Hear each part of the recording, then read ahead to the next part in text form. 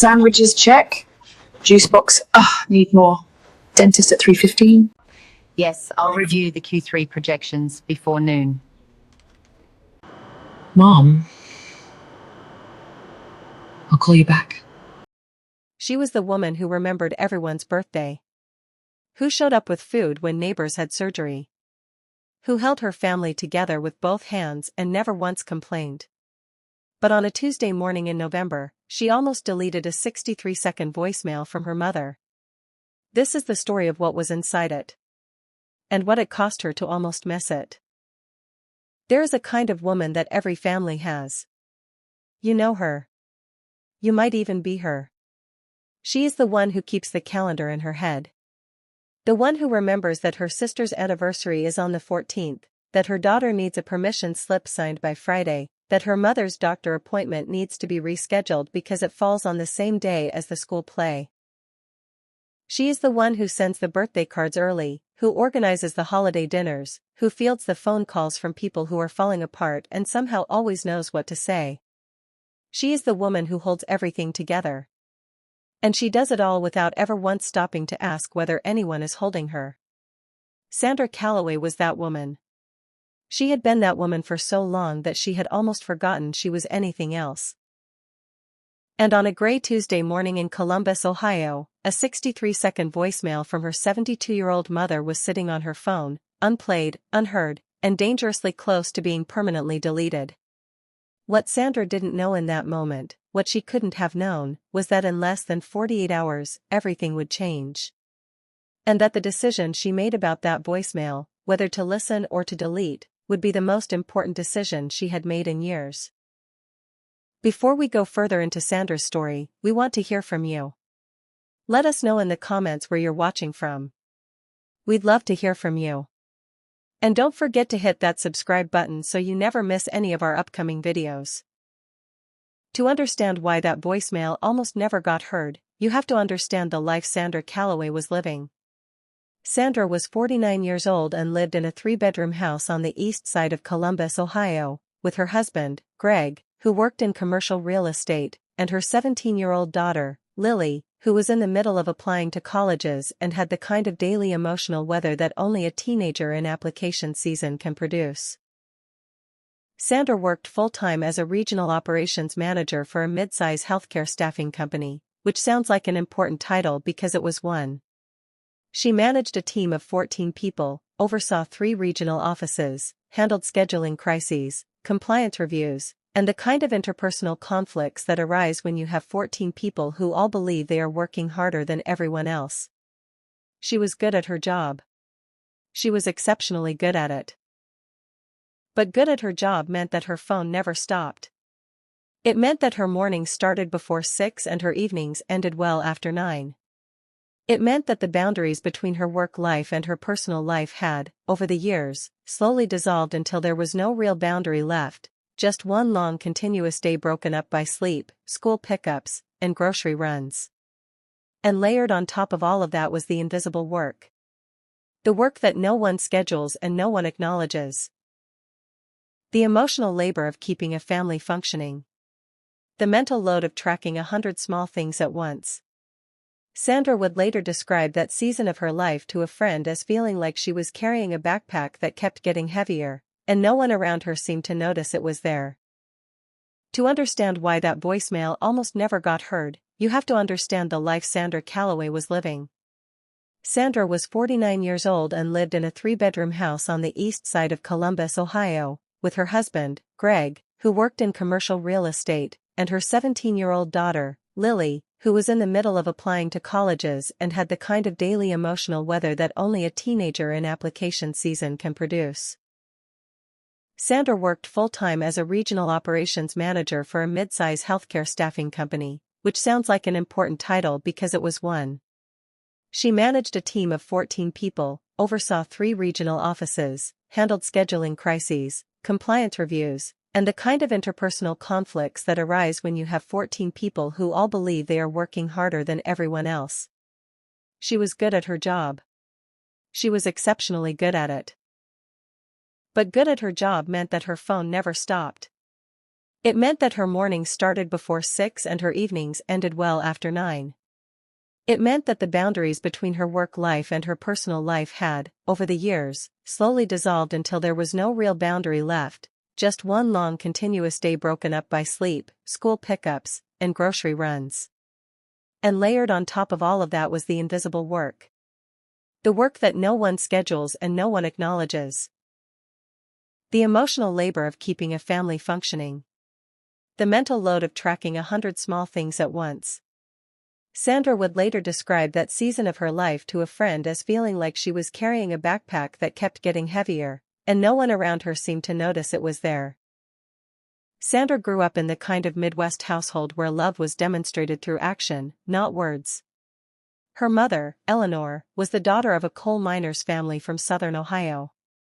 Eleanor had married young, worked hard, and raised Sandra and her younger sister, Diane, largely on her own after Sandra's father left when Sandra was 11. Eleanor Calloway was not a woman given to sentiment or long conversations about feelings. She showed love by cooking, by showing up, by ironing your clothes before a job interview and pressing them into your hands without saying a word about it. She showed love the way women of her generation often did, quietly, practically, and with the unspoken assumption that the people around her understood what all that quiet practicality meant. What Eleanor had never quite learned to do was say the actual words. She had never been taught that the words themselves mattered. She assumed that everyone could see what she meant. She assumed, the way so many mothers of her generation assumed, that her love was obvious. That it was loud in its silence. That it didn't need to be spoken to be felt. And for most of Sandra's life, Sandra had operated under the same assumption. She had learned to speak the same language her mother spoke.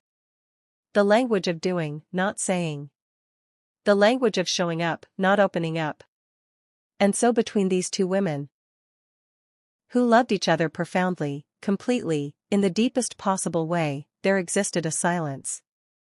Not a cold silence. Not an angry one. Just the particular silence of two people who have spent decades meaning to say something and always finding a reason to wait until later. Eleanor, at 72, was living alone in the house in Worthington, Ohio, where Sandra had grown up. It was a modest ranch-style home with a small backyard and a front porch that Eleanor sat on in good weather, watching the neighborhood go about its business. She had retired at 67 from the administrative office of a local school district, where she had worked for 23 years. She spent her days gardening, attending a weekly Bible study group at her church, and visiting with her neighbor, a woman named Carol Mitchum, who had lived next door for 19 years and had become one of Eleanor's closest friends. Eleanor had a routine that she followed with the kind of quiet discipline that older women who live alone often develop, because routine is what gives structure to days that might otherwise feel shapeless. She rose at 6:30, made coffee, read the paper at the kitchen table, and then began whatever small project she had assigned herself for the day. She was not a woman who sat idle. She painted furniture. She grew tomatoes. She made quilts for her grandchildren and dropped them at the post office without announcement, so that the packages arrived as surprises. She was, by all appearances, a woman who was managing just fine. And that was precisely the problem. Because Eleanor said fine the way a lot of women say fine, which is to say, she said it because she had been saying it for so long that she wasn't entirely sure what the alternative was. The truth, had anyone asked more carefully, was that Eleanor was lonely in a way that had settled deep into her bones over the past few years.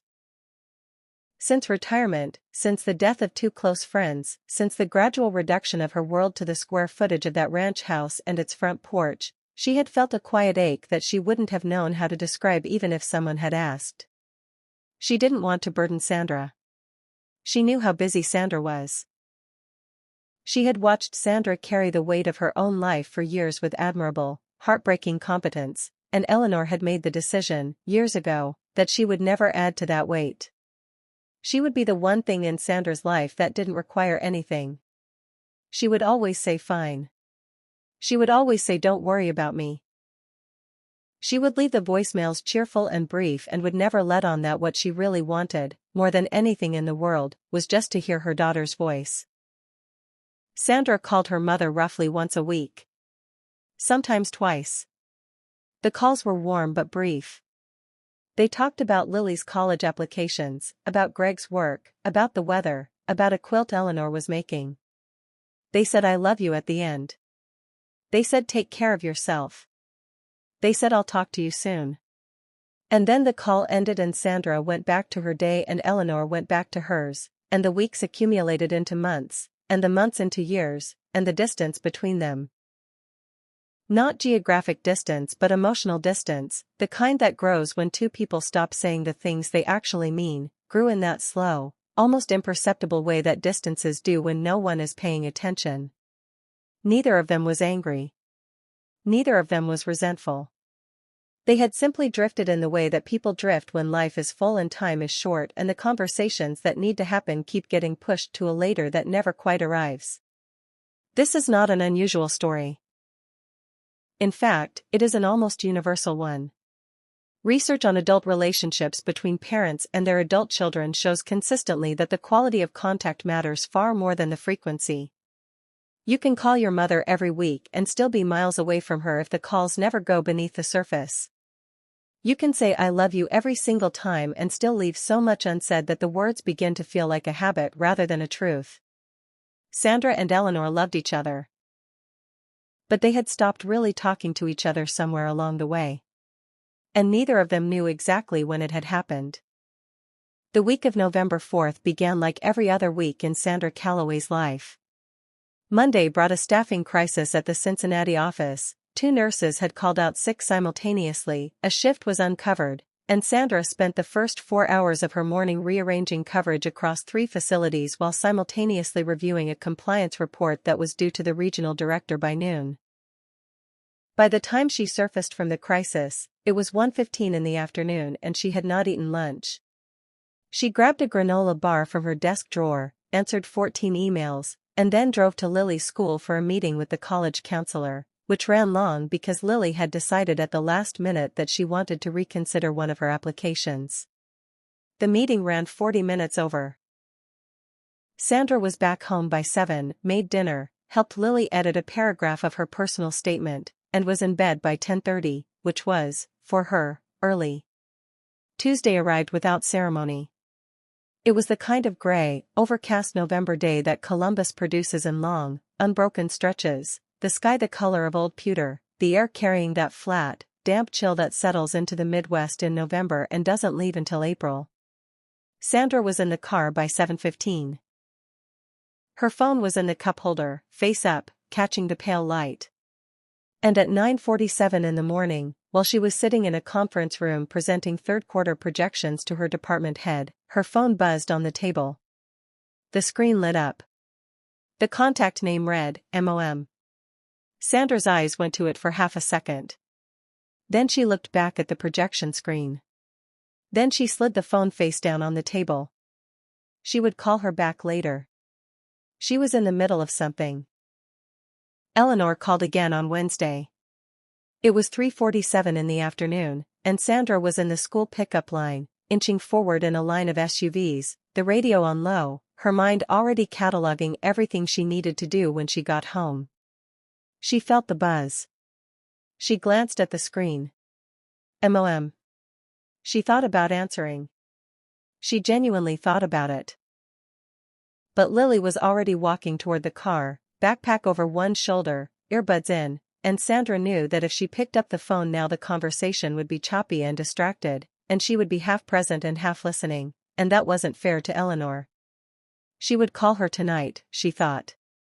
After dinner, when things settled down. Lily got in the car.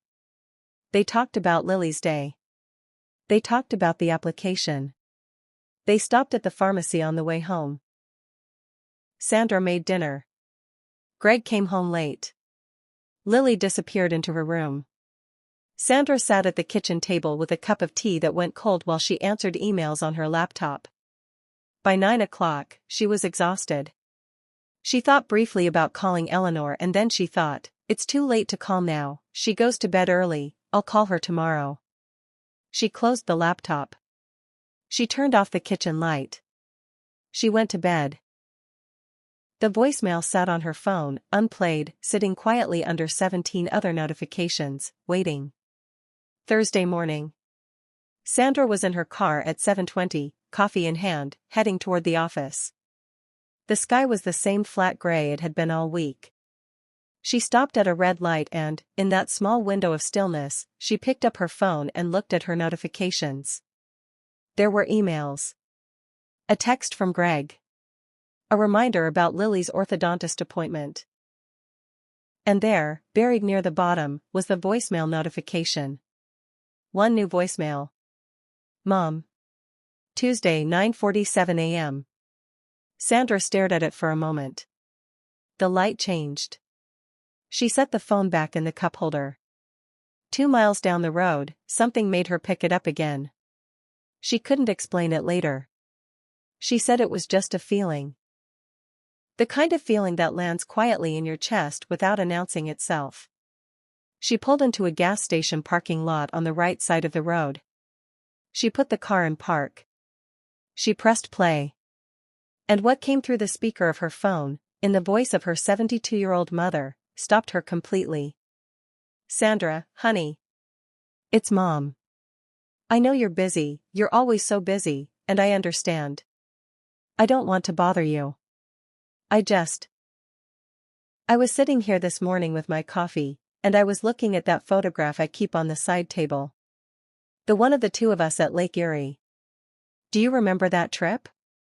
You must have been about 8 years old. You had that yellow swimsuit, the one with the little white flowers, and you spent the whole afternoon trying to learn how to float on your back. You kept getting frustrated because you kept sinking. And I remember you grabbed my hand and you said, Mom, don't let go. And I held you up. I held you until you found your balance. And then you did it. You floated. And you were so proud of yourself. You kept yelling, Mom, look, I'm doing it, look at me. And I was looking, Sandra. I was looking at you the whole time. I've never stopped looking at you. I wanted to call and say that. I wanted to say that I see you. I see everything you carry. I see how hard you work. I see the kind of mother you are to Lily, and I see the kind of woman you've become, and I am so proud of you. Not for what you do. For who you are. I don't say that enough.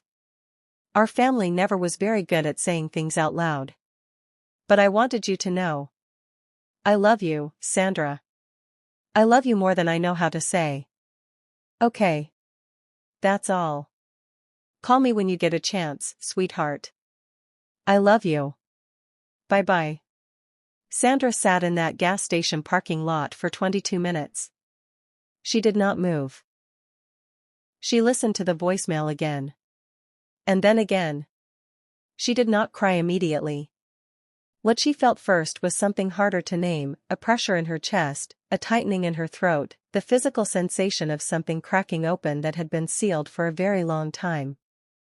Because in 63 seconds, her mother had said something that no one, not Greg, not her closest friends, not a single person in the crowded, demanding life she was living, had said to her in longer than she could remember. I see you. 3 words. That was all. I see you. But those 3 words landed in Sandra Calloway like a stone dropped into still water, and the ripples went out in every direction. Because the truth that Sandra had been carrying for years, the truth she had never said out loud to anyone, not even to herself, was that she was exhausted. Not tired. Not stressed. Exhausted in that deep, wordless way that has nothing to do with sleep.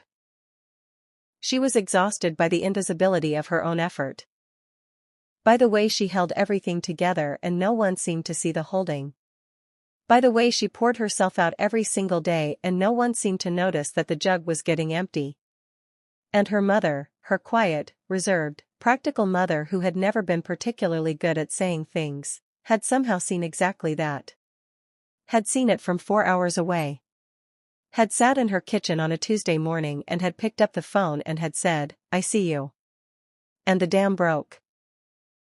Sandra sat in that parking lot and she wept. The kind of weeping that comes from a very deep place. The kind that surprises you with how much was apparently waiting to come out. She wept for the exhaustion. She wept for the years of unsaid things. She wept because she had almost deleted that voicemail without listening to it. She wept because she didn't know how long her mother had been sitting in that house with all of this love inside her that she never quite knew how to give, and Sandra had been too busy to slow down long enough to receive it. And then, when she finally stopped crying, she did something she probably should have done on Tuesday. She called her mother back. Eleanor picked up on the second ring. She sounded surprised. It wasn't Sunday, it wasn't a holiday, there was no occasion. Just her daughter's voice, a little rough at the edges, calling from a gas station parking lot on a Thursday morning. Sandra said, "Mom, I got your voicemail." And Eleanor said, "Oh, honey." And that was enough. That was the beginning. They talked for 2 hours and 11 minutes. Sandra was 45 minutes late to work. She sent a quick text to her assistant saying she'd be in by 10, and then she sat in that parking lot and she talked to her mother in a way she hadn't talked to her in years. Maybe in a way she had never talked to her. Because the voicemail had cracked something open in both of them, and for once, neither of them defaulted to fine. Eleanor talked about the loneliness. The way the house got quiet in the evenings in a way that had started to feel heavy.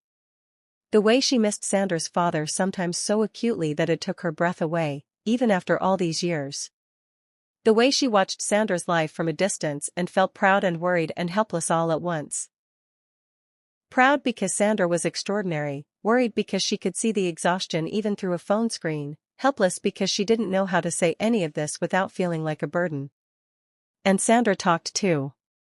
She talked about the backpack that kept getting heavier. About the hollow tired feeling that no amount of sleep seemed to touch.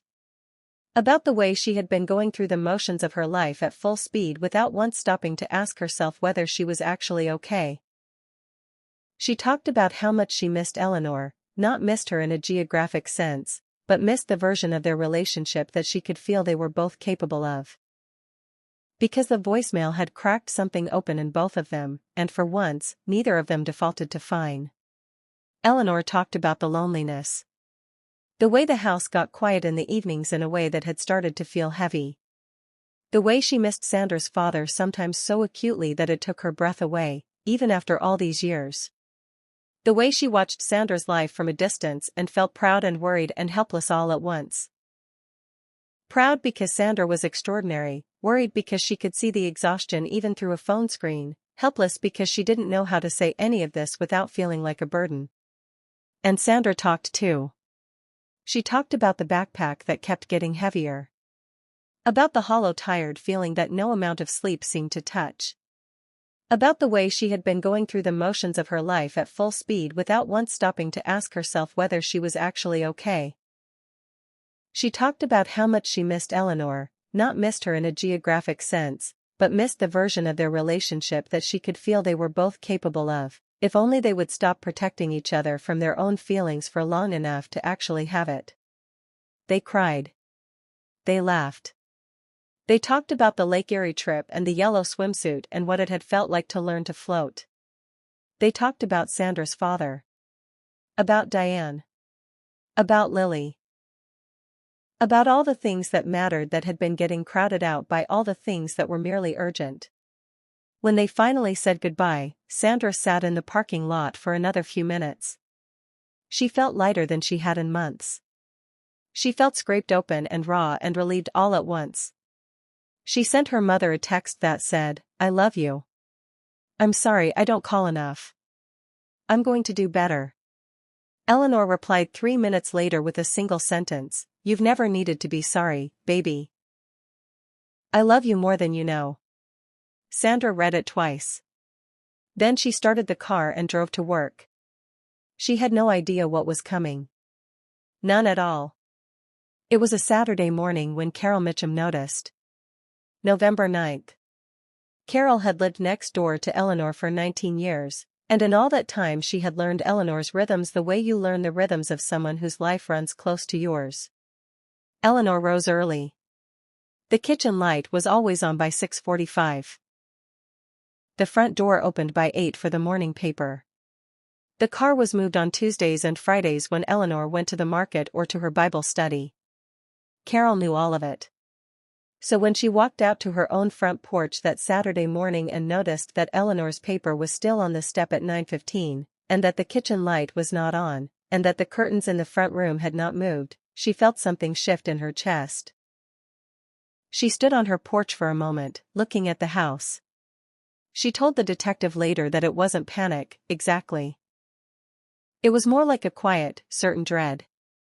The kind that arrives before your mind has caught up with what your body already knows. She walked across the yard. She knocked on the door. No answer. She knocked again, harder. She called Eleanor's name. Nothing. She reached into her coat pocket for her phone. She had Sandra's number because Eleanor had given it to her years ago, in case of emergencies, and Carol had always hoped she would never need to use it. She used it now. Sandra's phone rang at 9:22 on a Saturday morning. She was in the kitchen, still in her robe, making coffee. Greg was upstairs. Lily was asleep. She looked at the screen. Carol Mitchum, said the contact, and she answered with the automatic cheerfulness she gave to most calls at that hour, the slightly surprised but friendly hello of someone who didn't yet know what the call was about. Carol spoke carefully and quickly. She told Sandra that Eleanor's paper was still on the porch. That the kitchen light wasn't on. That she had knocked and called and gotten no response. She told Sandra she was going to call 911 and wanted Sandra to know. Sandra said okay. Then Sandra said thank you. Then she ended the call and she stood in her kitchen for about 5 seconds while her brain processed what it had just been told. And then she moved. She took the stairs 2 at a time. She woke Greg. She said, "Something's wrong with Mom. I need to go." Greg was already sitting up. He said, "I'll come." She said, "Stay with Lily. I'll call you." She was dressed and in her car within 4 minutes. The drive from Columbus to Worthington was ordinarily about 35 minutes. Sandra made it in just under 25. The ambulance was already at the house when Sandra turned onto Eleanor Street. The sight of it, red and white against the gray November sky, lights turning without the siren, was something Sandra said she would never forget. She pulled to the curb and she got out of the car and a paramedic she had never met put a hand on her arm and began to speak to her in the measured, careful tone that people in emergency medicine use when they are telling you something serious. Eleanor had been found on the kitchen floor by the responding paramedics after Carol gave them access through the back door. She was unconscious. The paramedics believed she had suffered a significant ischemic stroke. They estimated, based on her condition, that the event had occurred sometime between midnight and 2 in the morning. It was now 9:45. Eleanor had been lying on that kitchen floor, alone, for somewhere between 7 and 9 hours before anyone had found her. Sandra heard all of this from a great distance. Not a physical distance, the paramedic was 3 feet away from her. But that particular distance that descends when your mind is processing something it doesn't want to be true. She asked if Eleanor was alive. The paramedic said yes. She asked if Eleanor was going to be okay. The paramedic said they were doing everything they could, and that the doctors at Riverside Methodist Hospital would be able to tell her more. Sandra nodded. She got back in her car. She followed the ambulance to the hospital. And in the minutes between leaving Eleanor Street and arriving at the emergency entrance, she played the voicemail again. She didn't know why. She just needed to hear her mother's voice. The emergency room at Riverside Methodist was bright and loud and full of the particular controlled chaos of a hospital on a weekend morning. Sandra gave her name at the desk. She gave Eleanor's name. She was told to wait. She sat in a plastic chair with her coat still on and her hands pressed together in her lap and she waited. Greg arrived 40 minutes later. He had called his mother to come sit with Lily and driven straight there. He sat down beside Sandra and took her hand. He didn't say much, because there wasn't much to say. They waited together. The waiting was its own kind of torment. Anyone who has ever sat in a hospital waiting room while someone they love is behind a set of closed doors knows this particular torment. The way time moves differently there, slower and heavier than ordinary time, each minute weighted with all the things you cannot do and cannot know and cannot control. Sandra sat with her hands in her lap and she thought about the voicemail. She thought about the fact that Eleanor had called on Tuesday morning and Sandra had been in a meeting. She thought about Wednesday and the school pickup line and the decision to call later. She thought about how Thursday morning she had almost not pressed play. How close she had come to swiping left, deleting it, moving on with her day. How the call back, the 2 hours and 11 minutes in the parking lot on Thursday morning, had only happened because some instinct she still couldn't name, had made her pull into that gas station and press play. She thought about what she would be sitting with right now if she hadn't. If the last thing Eleanor had ever said to her, left on a voicemail that never got heard, had been those words. I see you. I love you. Call me when you get a chance. And Sandra had never called back. Sandra's sister Diane flew in from Phoenix that evening. She arrived at the hospital at 7:30, still in her travel clothes, face tight with the particular strain of someone who has been holding themselves together through an airport and a flight and a cab ride and is now using the last of their reserves. The sisters held each other in the waiting room for a long time without speaking. Diane was 3 years younger than Sandra, quieter in temperament, more practical, less given to the kind of emotional expressiveness that Sandra sometimes fought against in herself. But that night, Diane held on. And Sandra let herself be held. The doctor came out at 9 o'clock. She was a neurologist named Dr. Patricia Okafor, a woman in her mid-40s with direct eyes and a calm, steady manner. She sat with Sandra and Diane and explained, in precise and careful language, what had happened to Eleanor. The stroke had been ischemic, caused by a blood clot blocking an artery in the brain. It had been a significant event, affecting the left hemisphere, which controlled language, and the right side of the body. Eleanor was alive and stable. She was on blood thinners. She was sedated. In the next 24 to 48 hours they would know more about the extent of the damage. Dr. Okafor was honest without being unkind. She said that strokes of this severity often resulted in some degree of lasting impairment. She said they would not know the full picture until Eleanor regained consciousness. She said the fact that Eleanor was 72 and had been relatively healthy prior to this event was in her favor. She said they needed to wait and see. Sandra thanked her. Diane took notes on her phone, because that is what Diane did in a crisis. She made lists and took notes and asked practical questions, and this was her way of managing what she was feeling. Sandra sat with her hands folded and she thought, I called her on Thursday. I got to hear her voice. We got 2 hours and 11 minutes. Whatever happens next, I have that. I did not miss that. The relief of that thought was enormous. And it sat alongside the guilt in a way that was both necessary and almost unbearable. Sandra stayed in Worthington for 4 days.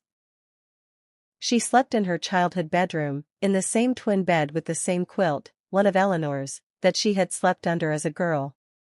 She ate cereal at Eleanor's kitchen table in the mornings and drove to the hospital and sat beside her mother's bed for hours at a time. She talked. This sounds simple, but it wasn't. Sitting beside an unconscious person and talking to them is one of the stranger and more intimate things a human being can do. It requires you to trust that your words are reaching someone you cannot confirm is listening. It requires you to speak without feedback, without the reassurance of a nod or an expression, without the ordinary reciprocity that makes conversation feel worthwhile. Sandra talked anyway. On the morning of the 4th day, a Wednesday, Eleanor Calloway opened her eyes. Sandra was in the chair beside the bed, reading a paperback she had found on Eleanor's nightstand. She heard a change in Eleanor's breathing. She looked up. Eleanor's eyes were open, moving slowly around the room, the disoriented, searching gaze of someone returning from a long distance. Sandra was on her feet immediately. She took Eleanor's hand. She said, Mom. Mom, I'm here. Eleanor's eyes found her. They focused. Something in Eleanor's face shifted, a recognition, a settling. Her lips moved. Her speech, the doctor had warned them, might be affected. It might be slow or slurred or difficult. Eleanor's lips moved and the word that came out was effortful but clear. She said, Sandra. Just that. Her daughter's name. Sandra pressed Eleanor's hand against her face and said, yes. I'm here. I've been here. Eleanor was quiet for a moment, looking at her daughter. Then, slowly, with the enormous effort of someone for whom every word currently costs something, she said, did you get my voicemail? It was not a question exactly. It was something between a question and a statement and a prayer. Sandra couldn't speak for a moment. She pressed Eleanor's hand harder against her face. And through the tears she said, yes, Mom. I got it. I got every word. Eleanor closed her eyes. The corner of her mouth moved upward. She said, good. Just that. Good. And then she slept. The road back was long. Eleanor spent 8 weeks in inpatient rehabilitation at a facility in Columbus that Sandra drove to every day during those first 2 weeks, every single day, without exception. The stroke had affected Eleanor's speech and the movement of her right hand, and the work of rehabilitation was slow and humbling and exhausting in the way that all real recovery is. Eleanor attacked it with a quiet stubbornness that the staff came to both admire and occasionally find challenging. She had her bad days, days when the slowness of her own speech frustrated her to tears, days when her right hand refused to cooperate and she sat with it in her lap and looked out the window with an expression that Sandra found almost impossible to witness. And she had her good days. Days when a word that had been stuck suddenly freed itself, days when her hand picked up a fork with something approaching its old ease, days when she and Sandra sat together in the Rehabilitation Center's sunny common room and talked with the kind of openness that had eluded them for years and that felt, now, like the most natural thing in the world. Sandra took family leave from work for the first 3 weeks. Her boss, a man she had worked for 7 years, told her the timing was difficult given a major compliance review that was happening in December. Sandra thanked him for letting her know. Then she went to Worthington anyway. Because she had done the arithmetic that a stroke forces on you. Her mother was 72.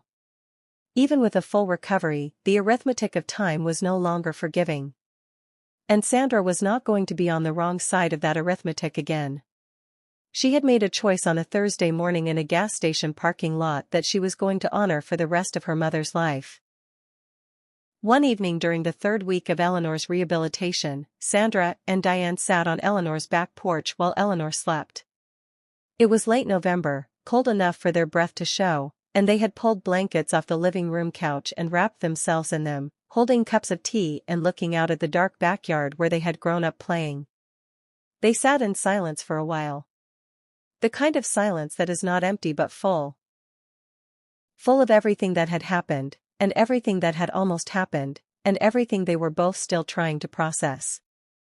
Then Diane said something that Sandra later wrote down in the journal she had started keeping that month, because she didn't want to forget it. Diane said, "We've been waiting for the right time to be better daughters. We've been waiting for things to slow down, or for things to get easier, or for the right moment to have the conversations we keep meaning to have.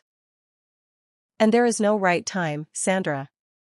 There is no moment that is going to be more convenient or more ready than this one. There's only now. There's only the people in front of you, right now, while they're still there to hear you." Sandra didn't respond immediately. She looked out at the yard, the dormant garden, the bare-branched trees, the dark sky above Columbus that was the same sky she had looked up at as a child. She thought about the yellow swimsuit. About a small girl in a lake, certain her mother's hands were holding her up, not knowing she was already floating on her own. She thought about Eleanor sitting in that kitchen on a Tuesday morning with a cup of coffee and a photograph, thinking about her daughter, deciding to make the call. She thought about how close she had come to never knowing any of it. And she thought, no more waiting. Sandra drives to Worthington now on the first weekend of every month. Sometimes she goes twice. Eleanor is continuing to improve, her speech has largely returned, though she still has occasional days when certain words resist her, and her right hand, while functional, has not fully recovered its former dexterity. Eleanor has adapted with the same quiet practicality she has always applied to whatever life hands her. She knits now with her left hand. She uses a voice recorder to leave notes for herself. She sat in a lawn chair last spring and directed Sandra through the planting of tomatoes in the backyard, issuing instructions with the confident authority of a woman who has been gardening for 40 years and is not about to let a minor matter of limited right-hand mobility slow her down. The tomatoes grew. Carol Mitchum came over and laughed and ate the first ones off the vine. It was, Sandra told a friend afterward, the best Saturday she had spent in years. Not because anything extraordinary happened. Because nothing extraordinary happened. Because it was just her and her mother and a backyard and tomatoes and an afternoon with nowhere else to be and nothing else to hold. The ordinary made sacred by the knowledge of how close it had come to not existing. Sandra calls Eleanor every Sunday morning now. Not in the car, not while unloading groceries, not with one eye on her laptop. She sits down. She makes her coffee. She calls. They talk for as long as they have things to say, which is almost always longer than either of them expects. Eleanor asks about Lily. Sandra asks about the garden, about the Bible study, about Carol. They have learned, these two women, to say the things they mean. They are not perfect at it. There are still conversations that stay just below the surface, still words that require courage they don't always have. But they are trying. They are both, for the first time in a long time, genuinely trying.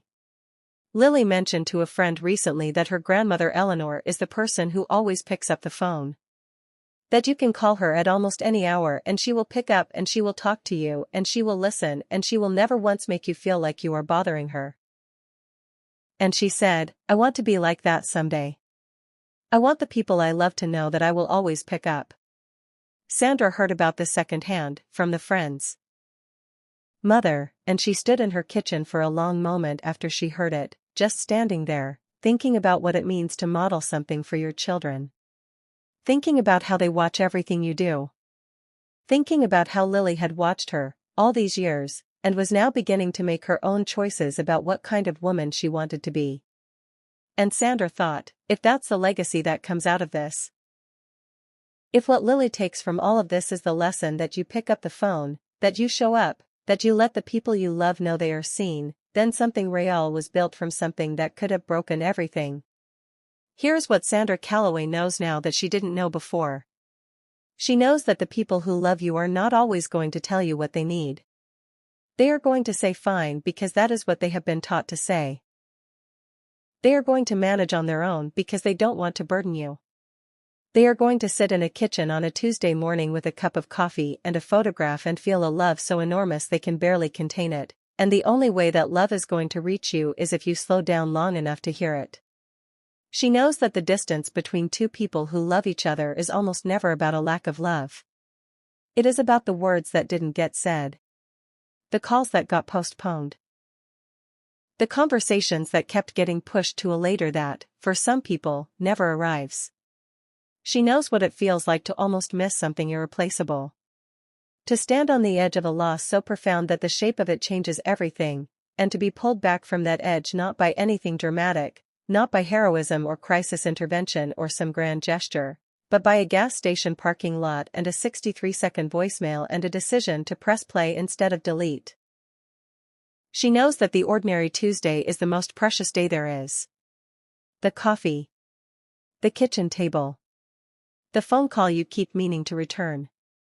The mother who says fine and means so much more. She knows that the time you have is the only time you have. And she will not waste it. Eleanor still has the photograph on her side table. The one from Lake Erie. The one with the little girl in the yellow swimsuit with the white flowers, proud and laughing and floating on her back. Eleanor looks at it sometimes in the evenings, in the quiet of the house, and she thinks about that afternoon. About holding her daughter up in the water until she found her balance.